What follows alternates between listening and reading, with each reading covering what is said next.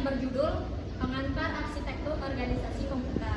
Kami di sini akan memperkenalkan diri kami. Halo, nama saya Alwi Syabirin. Hai, nama saya Mitriani Putri. Hai, nama saya Ahmad Jari. Hai, nama saya Ahmad Rayman lagi.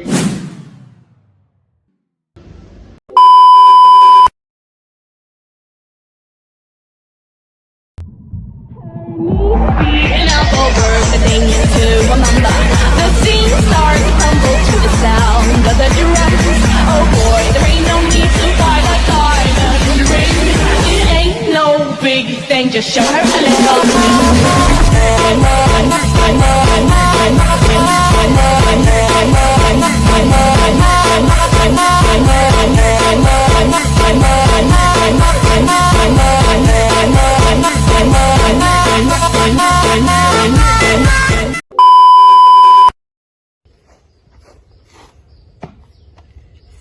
Di sini saya akan menjelaskan tentang pengantar arsitektur dan organisasi komputer.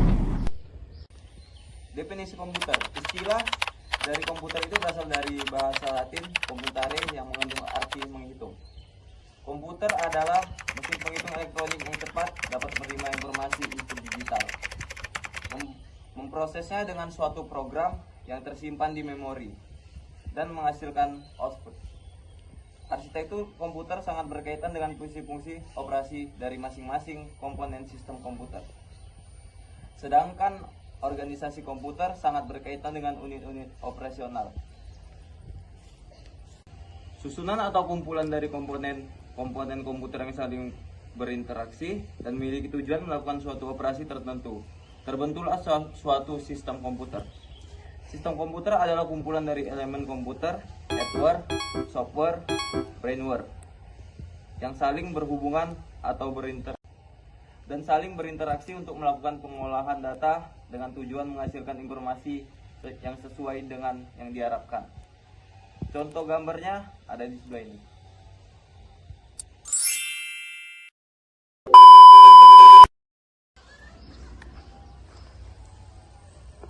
Di sini saya akan melanjutkan penjelasan tentang kemampuan komputer.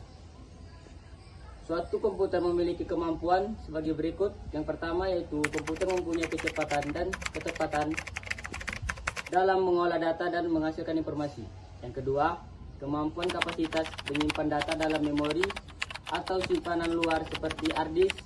Saat ini terjadi peningkatan kapasitas yang sangat luar biasa.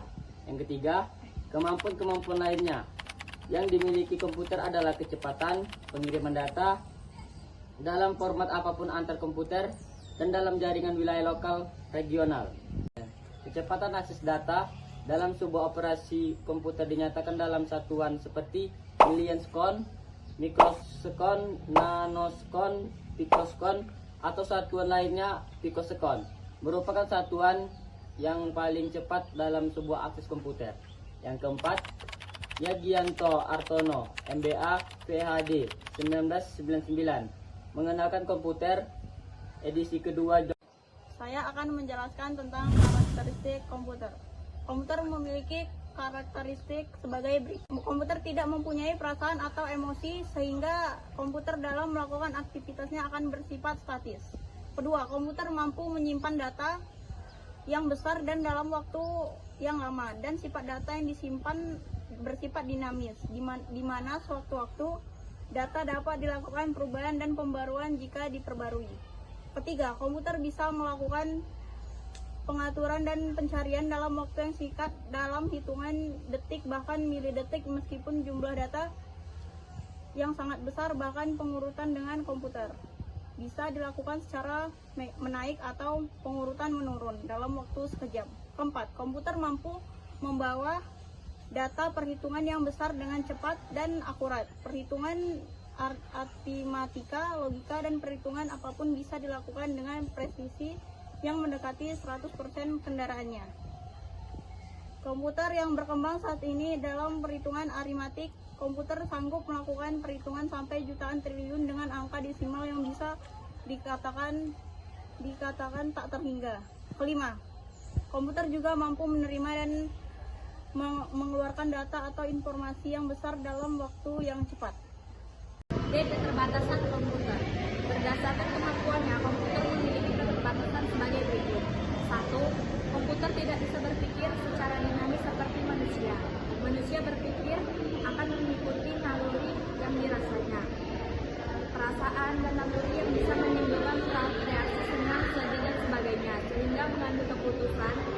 Manusia mendasarkan pikiran dan perasaan atau hati, sedangkan komputer hanya berdasarkan perhitungannya saja. Yang kedua, pekerjaan yang dilakukan komputer bisa mengurangi tenaga kerja manusia. Akibatnya banyak tenaga manusia yang tidak dipakai dan menjadi pengangguran. Yang ketiga, data yang tersimpan dalam komputer memiliki resiko yang lebih tinggi karena dimungkinkan bisa diambil atau disadap oleh pengguna lain atau hacker. Setelah diberi pelindungan atau program password, seperti terjadi pemalsuan transaksi seperti di perbankan, pembobolan, atau kartu kredit. Buat teman semuanya yang sudah menyempatkan waktunya buat menonton video kami, Jangan lupa like, komen, dan share. Subscribe. petir bukan sembarang petir, petir menyambar rumah si Otan. Makasih yang udah hadir. See you next time. Bola belum gini. If I like a moment, I mean me, personally, I don't like to have the distraction of the camera. I just want to stay